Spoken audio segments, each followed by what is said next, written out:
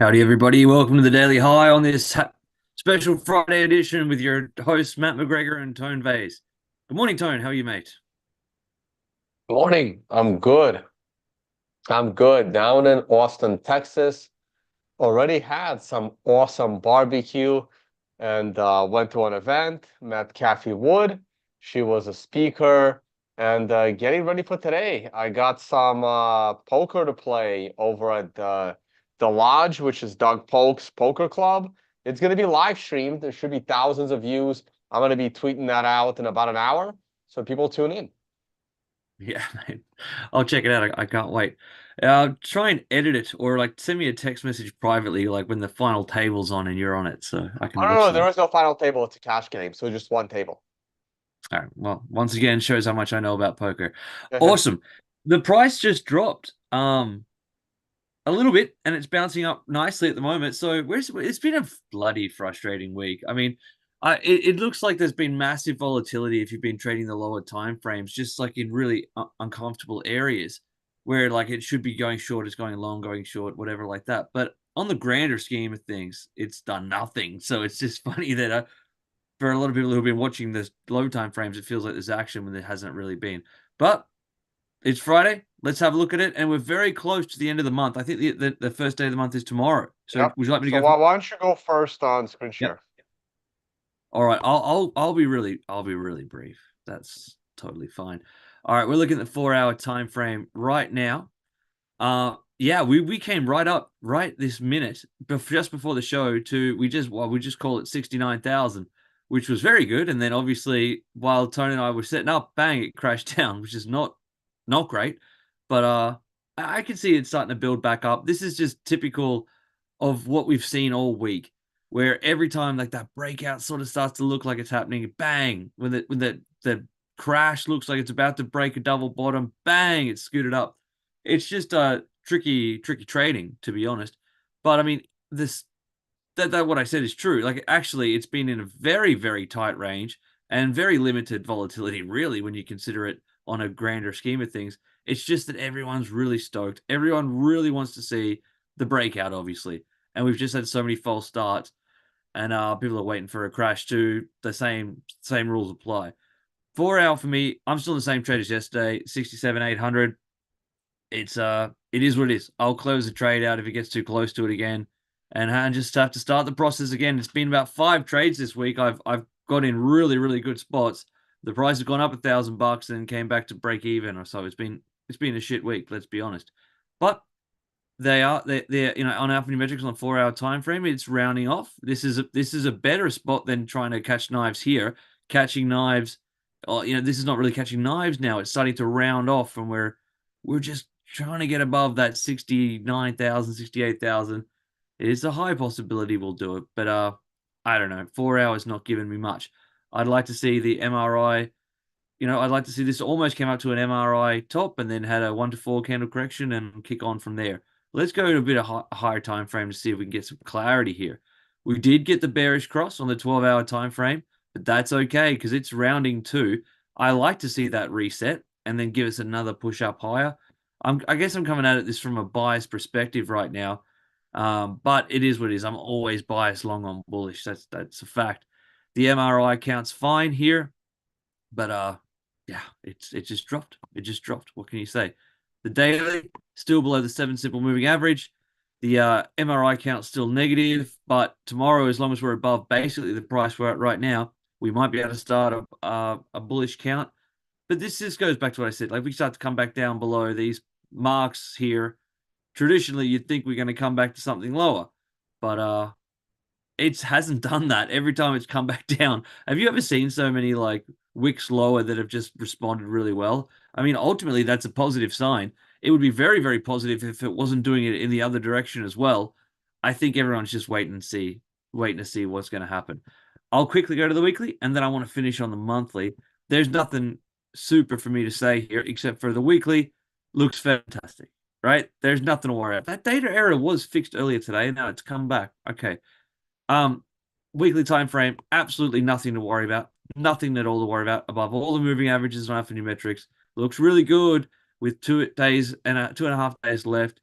This thing could finish green, positive, and it was much to do about nothing. There's nothing to stress about there. Monthly is where I want to really see what does the monthly have in store with 10 hours left. It's been a great month. It's been a sensational month, considering that we had the highest point that we've ever reached. We've had the correction and we've had the recovery. Let's just say we have a really, really, really sensational next 10 hours, and we can close this at $70,000 or just slightly above 70,000. We're looking at the highest monthly close of all time. That is extraordinarily bullish. Even if we're going into an MRI top, I don't know how much even Tone, the creator of the MRI indicator, puts stock in a MRI 9. We just haven't had enough data to see if that really matters. I mean, it's fantastic if you got in on the green star, but I wouldn't be pulling profits here. I mean, why? I mean, it's just poised. It's poised to kick on. That being said, I want to hear what Tone has to say. I'm coming back right now. All right, before you go, Tone, please like and subscribe. Please share it with your friends. Please use the affiliate links in the description below. Please use the join my team for the annual BitGet trading competition. We're getting the numbers coming in now. We're going to get 100 people in there, and I'm very, very convinced with you great listeners and viewers that we can take out first prize, and I think that that'll be fantastic to do. Tone, tell me, mate, give me some insight here. I'm long in my position. I'm long in all my positions. Is there any reason not to be? Let me know. Yeah, overall, I would say the charts are definitely looking more bullish than bearish. The weekly chart is still on positive counts. We're coming off a green star candle. Most of the oscillators look good, and the others can easily flip over to the bullish side the moment we start breaking 71,000. We can certainly get some really, really good new highs. This is the weekly scale. Look, these pullbacks, they have been overall pretty shallow, and Bitcoin keeps breaking out to new highs. Now, the monthly chart is something to keep an eye on. The monthly chart does have an MRI candle next week. Now, if it's an MRI candle within consolidation, I'm not too scared of it. But what if next month price of Bitcoin rises in a blow-off top? Okay, if that is to happen, then I would consider this MRI top to be a potential longer-term top, whether it's sometime next month or even the month after for a reversal candle the month after. So as long as we are in this 65 to 70 range, I would consider this MRI top to be a non-eventful. Now, if we crash next month, then obviously the MRI would have forecasted the big crash. And if we rise a lot, because remember, there's 30 days in an MRI top candle, not to mention the top could be made early on the following candle or late in the candle before that. But late in the candle before that is unlikely to happen, mostly because the candle before that ends in a few hours. Okay, so we're not expecting a big crash or a big blow off top in the next 10 hours. So it has to be over the next 30 days. So that is mostly what I'm looking at right now with this MRI top candle. If we move up the time scale to 2 months, that's where we already had the MRI top candle. So the 2-month candle is about to end. It's going to end at the top. So once again, having a top the candle after is perfectly legitimate within the MRI indicator. Now, this would have to be a massive blow-off top for me to be bearish. We're talking at least 85,000 and likely over 90,000.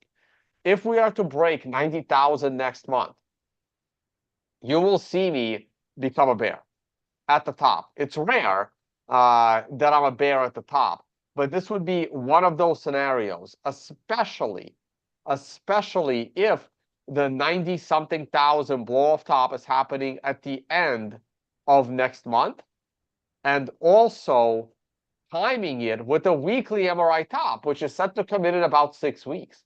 So We are literally talking the very last days of June, early days of July. If that is the case, then I will think that we're going to have a significant pullback. And if we do go up that quickly, then the pullback will likely take us not just to the next moving average or the prior swing high of 72. It actually opens up the possibility of going lower all the way to 50. As weird as it sounds, when you go up exponentially, you go down extra. So the higher up it goes faster, the more you open up the possibility of crashing through the floor. So in a perfect world, of course, we're going to go straight into the daily chart because the allocation chart is still 100% bullish. Today is still a negative number on the MRI, as Matt mentioned. So a nice close today around 69 would still keep us just under 69 would still keep us in negative territory. Even if we go into bullish territory, I want to see a nice slow grind up into 70 and then a breakout of 70 with a daily green star candle early next month. And if that happens to lead to a $20,000 upswing, that would be the perfect opportunity to, call the top for the summer. So that's kind of what I'm looking at, my little projection. It would be nice. I mean, I wouldn't mind cashing out at like 92 and then relaxing for most of the year. That'd be great. Matt, your You thoughts? know, You're you know, smiling. yeah, I do. I think it would be so funny if the price went to, let's just call it 90,000 for argument's sake, on the 29th of June, and tone started being bearish in all-time highs when the whole world is ramping, ramping, ramping. I just would really look forward to all the the shit that you'd cop and all the flack and bad feedback you'd get in the the messages. You would be hated the same way you were hated in 2018 January. I remember that you were the public enemy number one, and 6 months later you had a big following. So let's see if that happens again. Yeah, pretty much. And here's the 1 hour chart. The 1 hour chart definitely pulled back. It was looking nice. It was looking like it's going to get back to this range. It still can. We are. Oh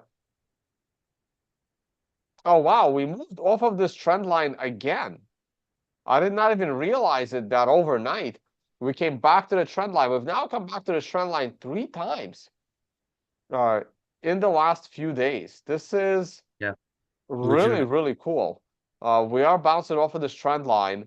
You can see how powerful it is. It's now getting too many bounces off the trend line. Like eventually the trend line can't keep it up. So I kind of want to see us get off this trend line and properly break out. Like the next time we should be touching this trend line, ideally would be here, coming in from a new high. That's kind of what you want, but that's going to be very difficult to get to in the next 24 hours. So the other option is we hug the trend line for another day or two, and then significantly break out off of it. That's kind of what I'm leaning to a little more, but that's a bit of my outlook on a short-term Mm. chart. All right. On this note, Matt, I can come back to you or open some traditional markets. Yeah, let's just wind it up on traditional markets, mate. Not much to say on oil. Interesting that the price of oil is dropping slightly. The S&P, let's see how it opened this morning. It opened this morning in a bullish way. The S&P has now been turned bearish on a daily scale. But look, the MRI buy is coming on Tuesday. Today's Friday. We got a couple of more days. So it would be nice to just watch a few more days of pullback, not break the moving average, and then reverse early next week off the daily MRI buy. Remember, the last time the S&P had a daily MRI buy was right here. And how did the S&P do after that? Well, I'm not even going to cherry pick the bottom. I'm going to just pick the part of the candle that breaks the prior swing's high. And the S&P went up 5% in about a month and a half, or in a little over a month. It was up, well, I can just do this into the MRI cell in about 30 days, less than 30 days, in 3 weeks, it went up over 5%. That is very impressive and made a new all-time high. And here we are again, about to make an MRI buy at a higher swing low. That is very, very positive for the stock market. All right. I'm going to go ahead and leave it here. Matt, close us out. Yeah, thanks, mate. It's been an interesting week in Bitcoin, and I think that June's going to be even more interesting, to be honest. I think June, July, I think as we go into the later stages of this year, it's going to be really, really exciting to be a Bitcoiner. Good, win, lose, or draw. And I'm going to be here with you, and Tony's going to be with you 5 nights a week. Thank you so much for watching. Please like and subscribe. Please share it with your friends. Thank you for always supporting the network. And please join my team for the BitGet trading competition. Have a wonderful weekend. Tony, enjoy your poker, mate. I hope you win. You're playing with some good players, I hear. But it's gonna be great. All right. Thanks, guys. See you all on the next one.